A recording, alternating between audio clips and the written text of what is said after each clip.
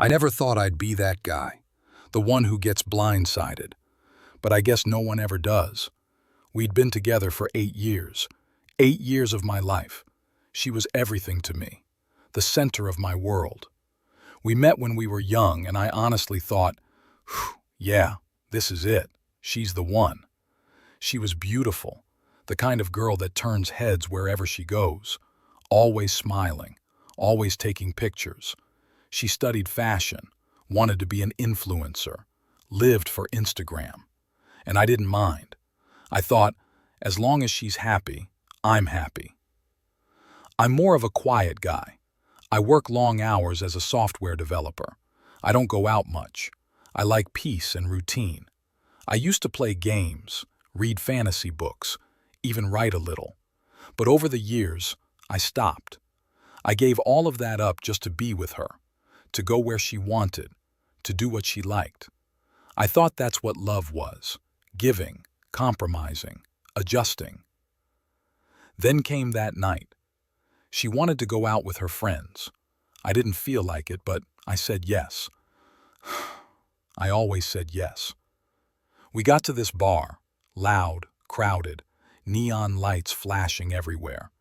She was in her element, laughing, dancing, taking selfies, and I just sat there, watching her. Then one of her friends, Chloe, came over. We'd known each other for years. She was already drunk. At first, it was just small talk, nothing serious. Then she started getting close, too close. She leaned in and said, "You're a good guy. You know that? A real one." I smiled awkwardly and tried to look away, but she kept going. "You deserve better," she said. I told her to stop, that she was drunk, that she was Emily's friend. That's when her face changed completely. The smile disappeared and her voice turned sharp. She said, "Of course. Always the perfect guy. No wonder Emily cheats on you every time you're at work." I froze. "What did you just say?" I asked. She laughed. "You heard me. She gets bored, Ethan. You're too busy being perfect. She finds her fun somewhere else." Then she grabbed her drink and walked away, just like that, leaving me there staring into nothing.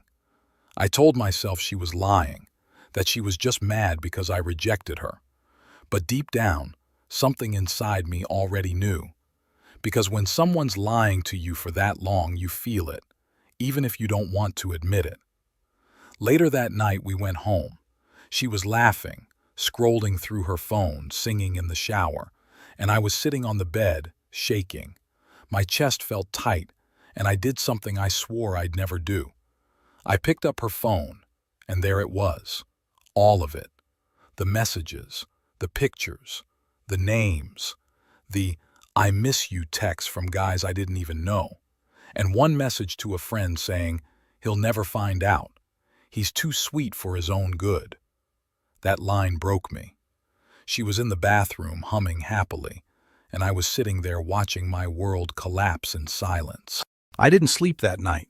I just stared at the ceiling, wondering how the hell we got here. It wasn't just the betrayal. It was everything I gave up for her, everything I stopped being.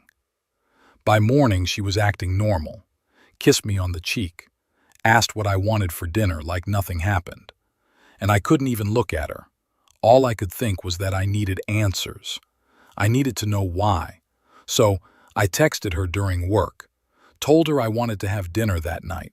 She sent a heart emoji back. She had no idea what was coming. That night we sat down for dinner. It was quiet. She was smiling, scrolling her phone between bites, and I just stared at my plate, feeling this cold emptiness inside me. After a few minutes, I asked, "Do you think I'm a good boyfriend?" She looked at me, confused, then smiled. "Of course you are," she said. "Why would you even ask that?" I nodded slowly. "Would you change anything about me?" She laughed. "No, you're perfect the way you are. I'm happy." I took a deep breath and said, "Then why do you keep cheating on me if I'm enough?" Her face went pale. She froze. "What are you talking about?" she whispered. I looked her dead in the eye. Don't. I saw everything. The messages, the pictures. I know. She stayed quiet, then she, hi, and said, "You know what? Maybe it's your fault." I blinked. My fault? Yeah, she said. I'm 25. I'm young. I'm beautiful. I need excitement. I need to feel alive. You're a good guy, but you're safe, predictable. After 8 years, there's no spark. I can't live like that forever. I just stared at her.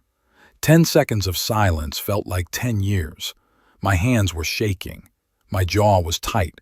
I wanted to scream, but instead, I took a deep breath and said, "If you wanted adventure, you could have told me. You could have left. That would have been easier than this." I looked down, then back up. When I found out, I thought I'd lose it. I thought I'd cry, yell, maybe even beg. But after hearing you talk like that, I just feel done. "I know I'm not perfect," I said. "Maybe I missed something. Maybe I wasn't enough, but I gave you everything I had. I changed my life for you. I gave up the things I loved because I thought you were worth it." I shook my head. "But I guess we were never the same kind of people. I like peace. You like chaos. And that's fine. But I can't do this anymore." She started crying. "Wait, you're not serious," she said. "You can't just end 8 years like that." "Actually," I said, "I can, and I am." I looked at her, completely calm. "I hope you find whatever it is you're looking for. But tomorrow, I want you out of the apartment. The lease is in my name. Be gone by the time I get home." Her face went from shocked to terrified. She thought I'd forgive her again, but not this time. She started begging, crying, saying she'd change. I shook my head. "I can forgive a lot of things," I said, "but not this. Not betrayal. If we stayed together, you'd become my guilt and I'd become your punishment, and that's no life for either of us." She started yelling, calling me names, said I'd never find someone like her, that I didn't deserve her, that I was boring, old-fashioned. I didn't even answer. I just turned my back and said quietly, "You can sleep on the couch tonight. When I get home tomorrow, I don't want to see your stuff here." And that was it. The end. The next morning I went to work. Didn't talk to anyone. Didn't tell a soul. When I came back that evening, her car was outside, and her parents were with her. Her dad was calm. Her mom wasn't. The moment I walked in, she started shouting.